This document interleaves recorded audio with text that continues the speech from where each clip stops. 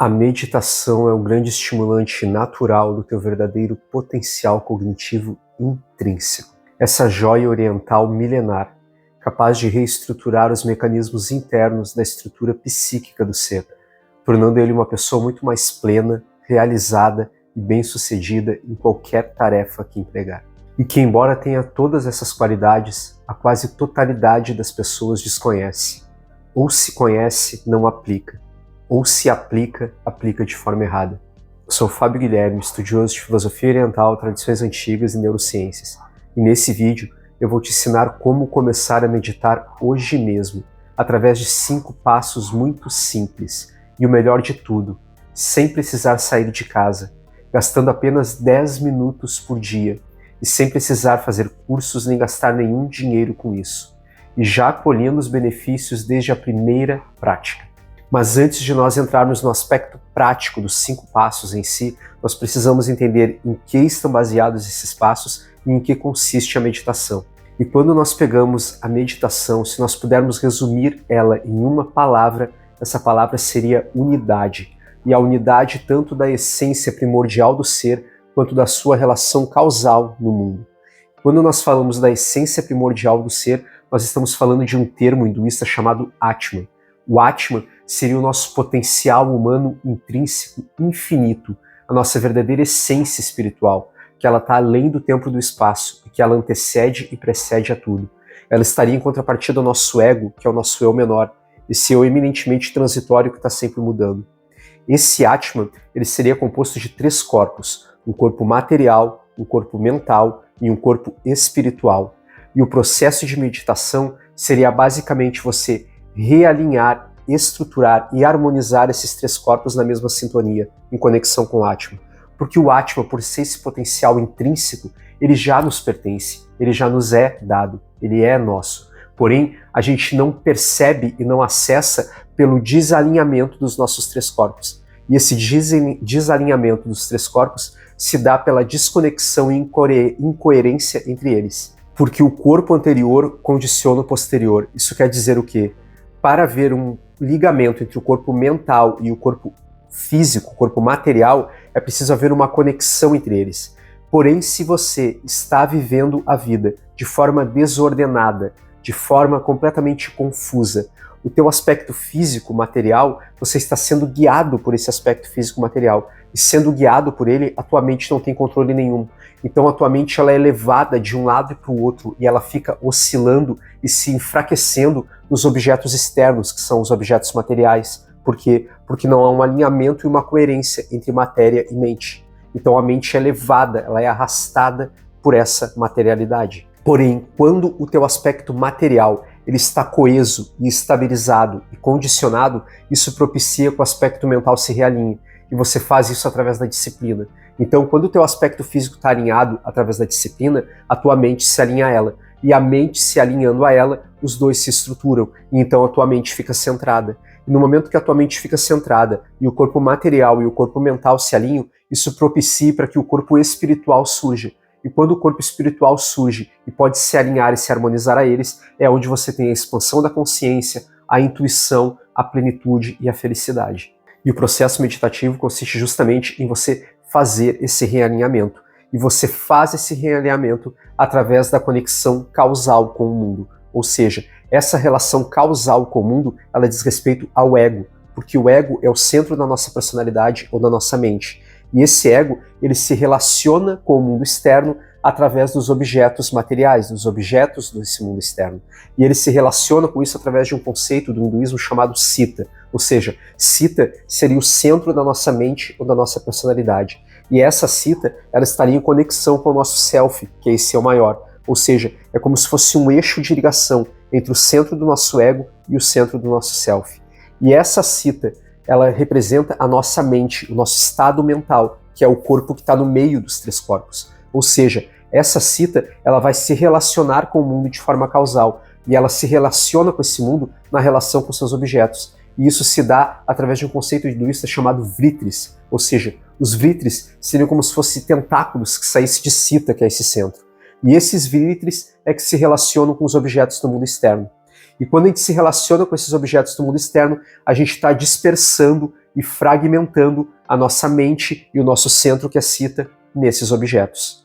E aí a meditação consiste justamente em você fazer o recolhimento dessas vítrix, recolher elas dos objetos externos de volta para esse centro e para essa unidade. E aí isso o hinduísmo chama de Nirodha. Então Nirodha seria esse recolhimento, onde você recolhe de volta para Citta, que é o centro do teu pensamento, o centro do teu ego e da tua personalidade, e condicionando a tua mente, o teu ego e a tua personalidade a essa unidade em Citta, você se reconecta com o Atma, que é a unidade maior, e realinha os 3 corpos. E por que eu dei essa introdução sobre a meditação? Porque os 5 passos que eu vou te passar aqui hoje, eles são baseados numa obra chamada Os Yoga Sutras de Patanjali. O Patanjali, ele foi um yogi hinduísta dos primeiros séculos ali da era cristã, onde na Índia ele desenvolveu um método de iluminação chamado os 8 passos. Esse método de iluminação era para alcançar o Samadhi. O Samadhi, para o hinduísmo, seria a iluminação, a completude, a ligação com a unidade do universo, a ligação desse Atma. Porém, por que os meus passos aqui vão ser 5 e os do Patanjali são 8? Porque os do Patanjali, os 2 primeiros, que são os yamas e os niyamas, dizem respeito aos aspectos da conduta moral e da tua conduta ética no mundo. Ou seja, esses aspectos estão relacionados com a tua vivência, com o teu dia a dia, com a tua postura, com a tua filosofia de vida. Eles não estão relacionados com a prática meditativa em si. E o 8º passo é justamente a iluminação, a chegada do caminho, o destino final, que é o Samadhi. Então a gente não vai contar esses 2 passos nem o último. A gente vai contar apenas os 5 passos intermediários, que são os passos da prática meditativa em si, que é o que eu vou te passar aqui hoje. E o primeiro desses passos será o asana. E o asana nada mais é do que a posição psicomotora da meditação. E para o asana você vai precisar basicamente de 2 coisas: um ambiente físico e o teu corpo. Nada mais que isso. Esse ambiente físico é qualquer lugar tranquilo e silencioso que tu não vá ser interrompido. Você não precisa de imagens de Buda, não precisa de incenso, não precisa de mantra tocando. Apenas um lugar tranquilo onde você possa sentar. E a sua posição para meditar vai ser sentado, com a coluna ereta, o tronco ereto e a cabeça alinhada com a coluna, olhando para frente na linha do horizonte com os olhos fechados. Você não precisa ficar em posição de lótus, não precisa fazer posição com as mãos, nada disso. Apenas o corpo ereto e firme. E por que essa posição de ficar com o corpo ereto e firme? Porque a meditação, como nós vamos ver ao longo desse vídeo, ela é uma super consciência, um super pensamento, para estimular o teu potencial humano intrínseco infinito, ou seja, é uma potencialização do pensamento. E para isso você não pode estar relaxado demais nem muito tenso. Você tem que estar entre o relaxamento e a coesão. Então você não pode se jogar para trás, ficar escorado, relaxado nem deitado, porque você tem que estar firme. Mas também você não pode ficar numa posição desconfortável, porque tu tem que entrar em introspecção, e para entrar em introspecção tu não pode estar sentindo dor. Então por isso que a postura tem que ser firme e coesa dessa forma, mas ela é firme, coesa e simples.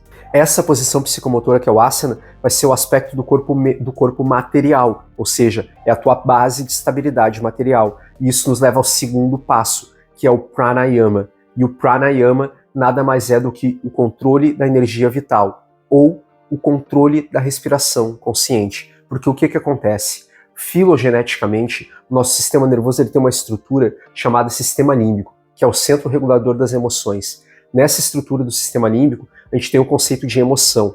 A emoção ela é uma resposta fisiológica ao meio, que depois há uma significação interna que é o sentimento, que nós entendemos como emoção. Então raiva, medo, tristeza são sentimentos, mas a emoção é uma resposta automática e inconsciente a um estímulo do meio.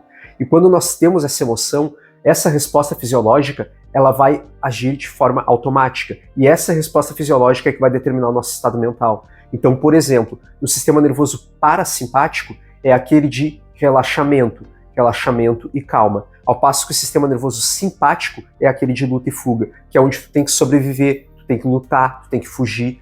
Isso não é propício à reflexão, tu tem que agir rápido. E para agir rápido, tu precisa de explosão física. E para ter explosão física, a tua respiração tem que estar curta e rápida e o teu coração acelerado, como quando tu vai fazer um exercício, por exemplo. Em contrapartida, para reflexão e introspecção, no conforto, você, para ativar o sistema nervoso parasimpático, você vai fazer o contrário, vai manter a respiração controlada e calma, profunda, consciente, e aí o teu batimento cardíaco vai diminuir também. E então isso vai ser propício à reflexão. E é isso que você quer na prática meditativa. Então como que você vai condicionar a sua emoção a ela se tornar um estado mental reflexivo? através da respiração profunda e controlada. Então você vai puxar a respiração de forma profunda na inspiração, enchendo o diafragma e a barriga. Depois você vai reter por alguns segundos, e então você vai soltar tudo esvaziando o diafragma e a barriga na expiração. E você vai segurar mais alguns segundos com os pulmões vazios. Você vai repetir esse processo por umas 5 ou 6 vezes. No momento que você fez isso, você estabilizou o teu corpo através da mente. Ou seja, o teu corpo já ficou 100% estabilizado. No asana, tu estabilizou o aspecto material de acordo com o ambiente externo. No pranayama, tu estabilizou o corpo material através do aspecto interno, intrínseco. E aí a tua mente já ficou propícia para a reflexão, para a prática meditativa. E isso nos leva ao terceiro passo, que é o pratyahara. E o pratyahara nada mais é do que a abstração da forma, ou como nós vamos chamar aqui, a abstração dos objetos dos sentidos. Porque nós vimos lá que a cita, ela se relaciona com os objetos do mundo externo através dos vritris. Então os vritris são esses tentáculos que tornam a nossa mente dispersa e oscilando no mundo. Então a gente precisa fazer o recolhimento disso. E a gente faz o recolhimento disso abstraindo ou excluindo os objetos externos. Porém, no pranayama, a gente faz um processo inicial que é um processo paradoxal, porque para dispensar esses objetos dos sentidos, a gente vai ter que primeiramente prestar atenção neles. Porque o que acontece? No pratyahara, nós já estamos entrando no segundo corpo, que é o corpo mental. Então, nesse corpo mental, a gente precisa mandar uma mensagem para a mente dizendo que a gente está num ambiente 100% controlado, tranquilo e confortável, para que aí sim tu possa entrar em introspecção e reflexão. Então, primeiro tu vai ter que prestar atenção em cada sentido para perceber que tu está num ambiente seguro. E aí, depois que tu prestou atenção em cada um, aí tu recolhe de volta para a cita, através do niroda, que é trazer para a unidade da meditação. Então, tu vai engolir a saliva e lamber os teus lábios, e aí tu vai estar prestando atenção no paladar. Depois, com os olhos fechados, tu vai sentir as nuances de iluminação que estão batendo nos teus olhos, e aí tu prestou atenção na visão. Tu vai prestar atenção nos sons do ambiente que tu tá, um carro que passou na rua, o barulhinho da geladeira. Tu vai prestar atenção nessas nuances dos sons. Tu vai sentir o olfato do ambiente que tu tá, o olfato do teu corpo, o olfato da casa, vai sentir o cheiro de cada um deles. Tu vai sentir o tato através das suas sensações corporais, da temperatura do ambiente, do tecido da roupa pegando na tua pele. E depois que tu prestou atenção em cada um, aí tu vai fazer o recolhimento. E isso vai nos levar ao quarto passo, que é o dharana. E o dharana nada mais é do que a concentração. Ou seja, a prática meditativa, ela consiste em trazer a mente para a unidade. E aqui eu gosto de usar a analogia do raio laser. Imagine que a nossa mente, o nosso pensamento, é uma luz. E a luz ela é composta de partículas que se chamam os fótons. Então os fótons são as partículas que compõem a luz. E quanto mais dispersa, espalhada a luz está, mais opaca e fraca ela é. Porém, quando tu condensa e concentra esses fótons em um ponto muito curto, muito pequeno, você tem o raio laser. E o raio laser tem um potencial de cortar até o aço. Por quê? Porque tu concentrou toda aquela energia num ponto específico. E é exatamente isso que tu vai fazer com a tua mente. A tua mente está enfraquecida na oscilação dual do tempo e do espaço. Porque a tua mente está o tempo inteiro em lugares que não é o aqui, e em tempos que não é o agora, ou seja, ela fica variando no espaço, que é o aqui, e no tempo, que é o agora. Variando no espaço quando tu pensa no consultório do teu médico, porque tu tá na tua casa, tu não tá no consultório do médico. E variando no espaço, porque o teu médico é na terça-feira e hoje é domingo. Então tu tá variando, tu tá viajando a tua mente, tu tá dispersando ela no tempo e no espaço, pensando em um lugar e em uma situação que não é nem aqui e nem agora. E a prática meditativa é tu trazer tudo 100% para a unidade, no aqui e no agora. E para fazer isso, para essa concentração, eu gosto de usar a analogia da âncora ou de uma boia. A pessoa que está aprendendo a nadar, ela não pode nadar sozinha de primeira, ela vai precisar de uma boia ou de uma âncora para manter ela firme, porque ela ainda não sabe nadar direito. Então no começo da meditação você precisa de uma âncora, e essa âncora vai ser uma imagem mental, aonde você vai trazer essa imagem mental para segurar a tua mente no centro. E aqui entra uma das maiores falácias em relação à meditação, e que talvez seja um dos motivos que está te impedindo de começar a meditar. A falácia é a de que a meditação consiste em parar de pensar ou silenciar a mente. O pensamento é intrínseco da mente. É impossível você parar de pensar ou silenciar a mente. O que você faz é trazer o pensamento e a mente para a unidade, tirar a tua mente da oscilação do tempo e do espaço. Isso sim, e você faz isso através da âncora. Ou seja, você vai continuar pensando, mas você vai pensar em um objeto fixo. E esse objeto fixo pode ser a imagem de uma luz, uma imagem mental de uma luz acima da tua cabeça. Pode ser uma imagem que te traga alguma tranquilidade, como Jesus Cristo ou Buda, pode ser a tua própria respiração que tu vai ficar prestando atenção, pode ser um mantra que tu pode cantar em pensamento, pode ser uma palavra que tu vai ficar meditando nela, ou seja, tu vai manter um objeto que é a tua âncora, e toda vez que a tua mente dispersar em algum pensamento, pensou no supermercado, pensou numa briga que teve com alguém, você vai trazer de volta para a unidade. Você não vai lutar contra isso, mas você também não vai entrar nisso. Ou seja, imagine que o pensamento é um carro. O carro passou, você não tenta pegar o volante ou se jogar na frente do carro. Deixa o carro passar. A tua mente ela vai oscilar, ela vai pensar em outras coisas, porque a mente é viciada em fazer isso. O que você vai fazer é deixar esse pensamento passar e não se apegar a ele. E aí você traz de volta para a âncora. Mantém de volta na tua âncora. E aí isso vai nos levar ao quinto passo, que é o dhyana. E o dhyana nada mais é do que a meditação em si. E a meditação, ou o dhyana, é o mantenimento do passo anterior, que é o quarto passo, que é o dharana. Ou seja, é o mantenimento da concentração. Então, no momento que tu conseguiu concentrar em um objeto único, tu vai manter a tua mente naquela concentração. E aí esse mantenimento nada mais é do que o treino de tu trazer a tua mente para a unidade. E aí tu fazendo isso todos os dias, com perseverança, 10 minutos ao dia, todos os dias sem faltar, trazendo a tua mente para a unidade, tu vai estar condicionando a tua mente a essa unidade. E estudos em neurociência comprovam que, para um novo comportamento se tornar automático, ele leva ali em média de 2 a 3 meses. Ou seja, se você conseguir manter por 3 meses, meditando todos os dias 10 minutos, eu te dou a minha palavra e a garantia de que você vai começar a colher frutos exponenciais. Você já colhe os benefícios desde o primeiro dia que você fizer.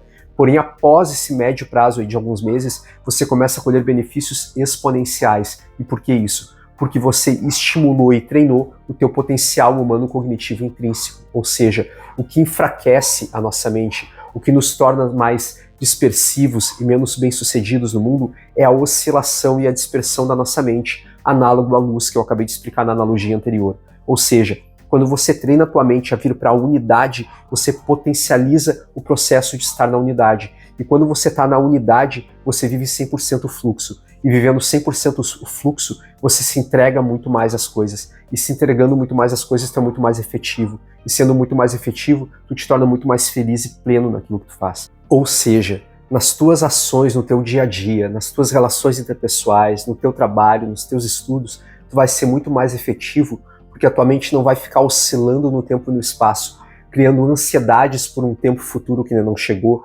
melancolias e arrependimentos por um tempo passado que já passou, ficando disperso em lugares que não é o aqui e agora no tempo e no espaço. Ou seja, você vai conseguir agir de forma muito mais assertiva no mundo, e então tu vai te tornar muito mais bem-sucedido em qualquer tarefa que empregares.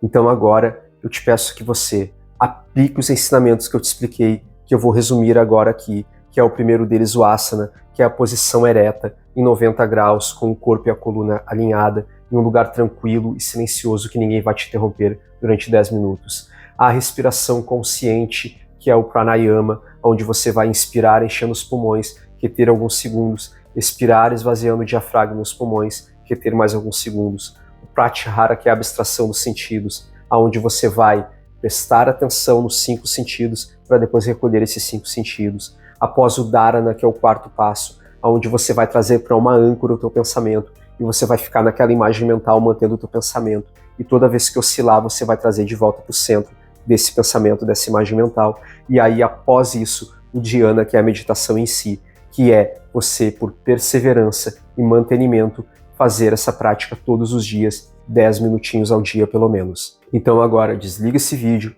aplica a prática meditativa e colhe os resultados. Depois volta aqui nos comentários e me conta como é que foi. Até o próximo vídeo, obrigado. E se esse vídeo fez sentido para você ou te ajudou de alguma forma, eu peço que agora você deixe o like e se inscreva no canal, pois eu vou estar semanalmente trazendo vídeos novos aqui sobre desenvolvimento humano, bem-estar e técnicas mentais. E estando inscrito no canal, você não perde nenhum desses vídeos. Então se inscreve aí, deixa o like, clica no próximo vídeo para saber o que acontece e eu te vejo por lá.